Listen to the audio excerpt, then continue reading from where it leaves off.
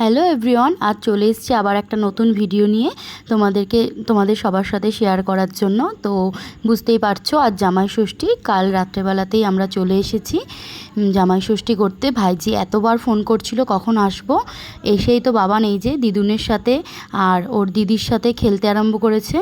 এই যে ওর ছোটো মামা আসলো একটু দেখার জন্য, তো দেখেই তো যাওয়ার জন্য বায়না করছে। তো এই যে ওদের খেলার পর্ব চলছে। তারপরে ঘুমিয়ে পড়লাম। সকালবেলা উঠে বাবানের জলগুলো গরম করার জন্য নিচে যাচ্ছি। তো যাওয়ার সময় একটু ফোনের সামনে চলে আসা, আর তারপরে গিয়ে ব্রাশ ট্রাশ করে চা খেয়ে বাবানকে ঘুম থেকে তুলতে আসলাম। তুলতে এসে ততক্ষণ ওর মাম্মাম চলে এসছে। এই যে বাবান এখন মাম্মামের কোলে বসে আদর খাচ্ছে, ঘুম তো যেন ভাঙতেই চায় না। তারপরে উঠলো, ওঠার পরে নিচে গিয়ে দেখছি মা লুচি ভাজা অলরেডি কমপ্লিট, তরকারি হয়ে গেছে। দিয়ে জামাইয়ের জন্য থালা সাজিয়ে এই যে মা জামাইকে দিতে যাচ্ছে। মায়ের পায়ে খুব ব্যথা, তাই আমি নিয়ে আসলাম। তো এই যে নাতি খেতেই আরম্ভ করে দিয়েছে। খেতে তো পারবে না, সব চটকাচ্ছে। তারপরে ওর সাথে আমি একটু খেললাম। খেলার পরে ও ওর দিদির সাথে মানে আমার ভাইজির সাথে খেলতে আরম্ভ করেছে। খেলা হয়ে গেল। তারপরে আমি ওকে স্নান করানোর পর ওদের দুজনের মাংসটা রান্না করলাম। তারপর দেখছি মা তো গরমে ঘেমে ইলিশ মাছ ধুচ্ছে, রান্না হবে। তারপরে দাদা দেখছি এইদিকে মটন কষানো আরম্ভ হয়ে গেছে আমাদের সবার জন্য। রাইসও অলরেডি হয়ে গেছে। তারপরে দেখছি মটনটা এই যে ফুটছে।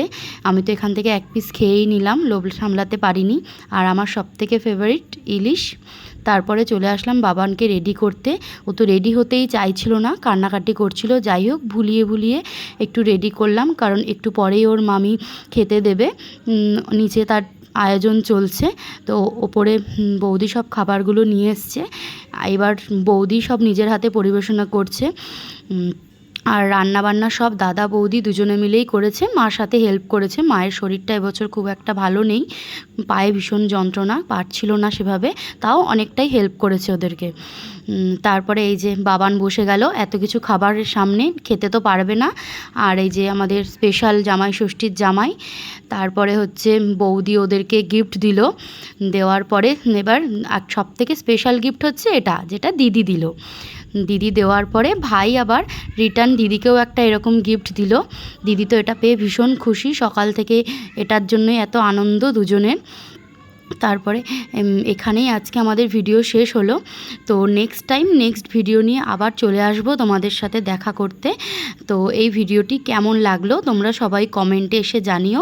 ভালো লাগলে আমার পেজটি লাইক কমেন্ট করো, আমারও খুব ভালো লাগবে। আর এই যে ওদের গিফট। চলো টাটা বাই বাই, আবার দেখা হবে নেক্সট।